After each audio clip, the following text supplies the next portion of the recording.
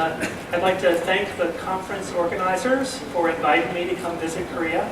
This is my first time visiting Korea, and while I have met many Korean people in the Silicon Valley, especially Samsung loves to throw hackathons, but it's very nice to visit Korea for the first time. So I'm here to talk about the next generation of search.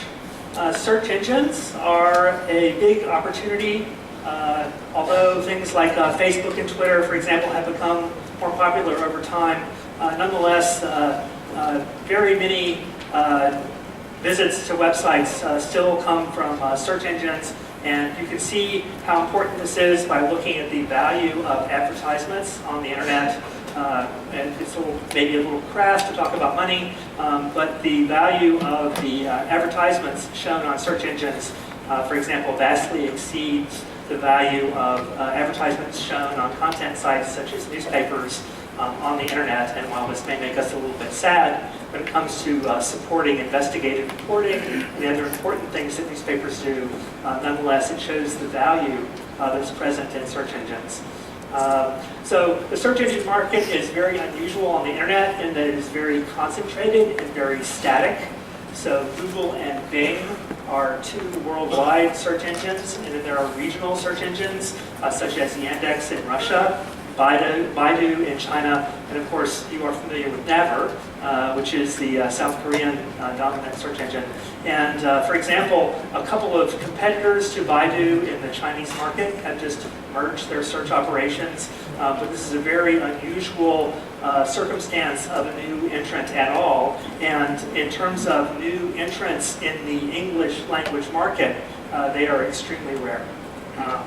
Note that when I'm talking about this, I'm talking about search engines which have their own web index. So for example, companies like Yahoo Japan are actually powered by Google's index.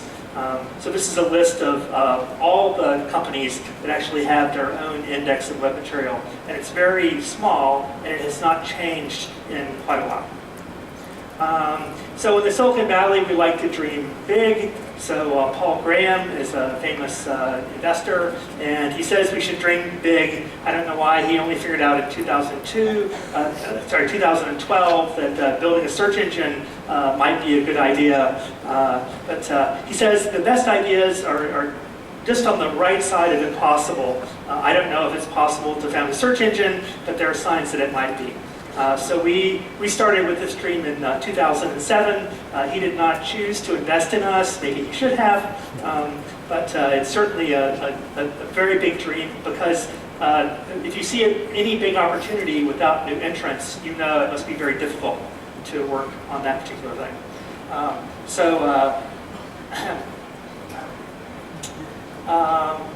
Apologies. So search is an extremely hard problem. If you see people estimate what it might cost to build a new search engine, some people will tell you that it might be on order of $1 billion. And there's a good reason why you might say the number is that large. It's because there's actually an example of a company in the marketplace that's losing $1 billion per year attempting to do search, and that is Bing. And they don't lose all this money because they're stupid. They actually have a large number of very smart people working for them. They're losing this money because it's a very difficult market. If you look at new entrants in the market, you probably will not recognize the companies that I mentioned here because they've been dead for a long time now. So there was a company, Cool, which launched, I believe, in 2008 to the public, and another company, SearchMe. And in both cases, they raised between $30 and $40 million. They went out and hired 80 to 100 people, developed a search engine, launched to the marketplace, and immediately, pretty much the entire English-speaking world came, looked at their search engine, decided they did not like it, and never came back. And so these companies were not particularly successful. So the most successful new search engine in the English language since Google is Bing, which is a complete rewrite of Microsoft's original search engine. And as I mentioned before, they are currently losing $1 billion per year. That's a significant improvement. They used to lose $2 billion a year, but now they only lose $1 billion a year. And it's unclear when they will succeed in being able to make money. So a group of friends and I decided that building a search engine might be fun. Certainly, it's a very big opportunity, and it's very difficult, and we like difficult challenges. And we thought that the only way to actually innovate was if we built a search engine to have our own web index. So what does that actually take to do? So our clever plan was that we were going to go out and we were going to build the basics of a search engine. Because if you have a clever idea, you can't really try it out until you have an engine in which you can try it out in. And it takes a long time to build that. Let me tell you a funny story. So basically, first you have to go out and you have to write your own distributed database, a NoSQL database, and then you go out and you crawl the internet. You write a web spider that goes and crawls all the links. You run your first index, and then you run your first search. And the first thing you do is you say a bad word, because the result is terrible. And then you're like, oh, well, my problem is I crawled the wrong web pages, and that's why my index is so bad. And so you go and you crawl some different web pages, and you run your first search on this new index, and this is 3 months later, and you say a bad word, because the result is still terrible. So it's a very slow iteration process. And it's only once you've sort of built the basics of a search engine that you can even try to do the innovative thing that you're trying to do. Because building something that looks like Google is guaranteed to fail, and Bing is demonstrating that right now. So first you build the basics of a search engine. This takes a long time. Then you try some innovations. And almost every innovation that you thought of in the first place, of course, will fail. And so, well, you have to launch to the public at some point, and so it's important to not be embarrassing or embarrassed when this happens. And so you need to have a long runway to try some new things, and then you try some new innovations, and this is a common humorous thing we say in the Silicon Valley, then something happens, probably a miracle, and then eventually you make a profit. And so we're currently right in the middle of the ... part, and we have not yet made it to the point where we make a profit. So what does the search engine look like when you build one? So as a user, right, you're up in the left-hand corner here, and so you type in a query into a box, and eventually the search engine comes back and it gives you an answer, a search engine result page. But there's actually a lot more to it. So this is what happens, this top part, if you don't have your own index. You can just do the top part. But in order to build your own index, right, you've got the entire World Wide Web, which is enormous. Of course, the World Wide Web today is actually infinite in size, because there are a large number of generated pages made by bad people who want to sell you products that you do not wish to buy.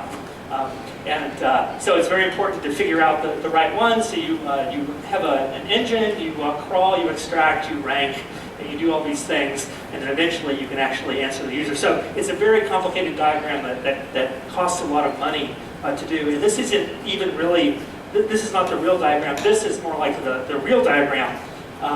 Is that there's a lot of feedback that occurs all the time. So as you are crawling the pages of the internet, you have to react pretty much in real time to what you discover in order to guide what you crawl next. And this makes all these database problems much more difficult to solve. Along the way, you'll probably discover that you have to invent some interesting technology, and so this is actually a little piece of technology that we invented that's new to NoSQL database. It's called a combinator, and it's a way to avoid hotspots in your database. We didn't think we were necessarily going to be learning this much about NoSQL distributed databases, but since the web is so large and the computational effort is so large to attempt to build a search engine, we learned a lot and invented a lot along the way.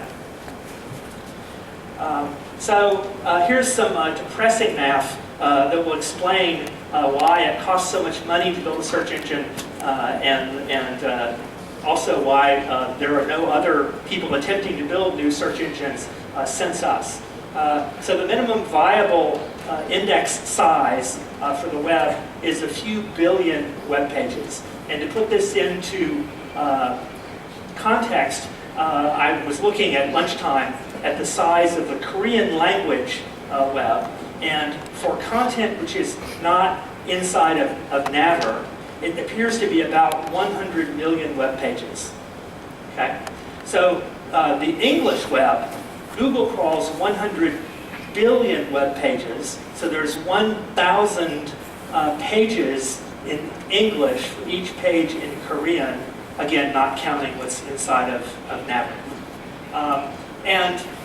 So certainly Google knows and understands only too well that a large fraction of those 100 billion pages that they crawl are actually malicious or not useful. There's no actual information in them, even if they were written by a human. A lot of them are written by programs. But nonetheless, a few billion pages is the minimum. And if you want to go out and buy a computer cluster and write some complicated software, you would spend about $5 million on the hardware for a cluster that can do 1 or 2 billion web pages. And so let's say we want to match the size of Google. So Google has, their full index is 100 billion pages, but the more important part of the index that they actually leave in RAM on their servers is 15 billion pages.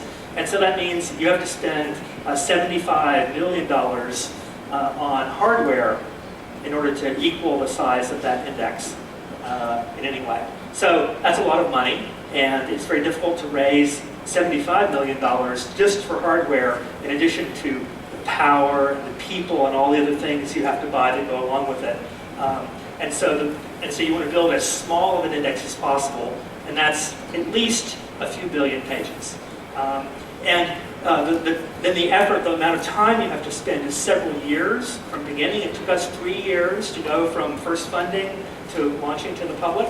And so the $5 billion of hardware turns into maybe $30 million of spending before you actually can launch your product to the public. And that doesn't leave very much time for iteration and experimentation. So this is an extremely hard problem, and I said this is depressing. This is a statement of all the difficulties in attempting to build a new search engine.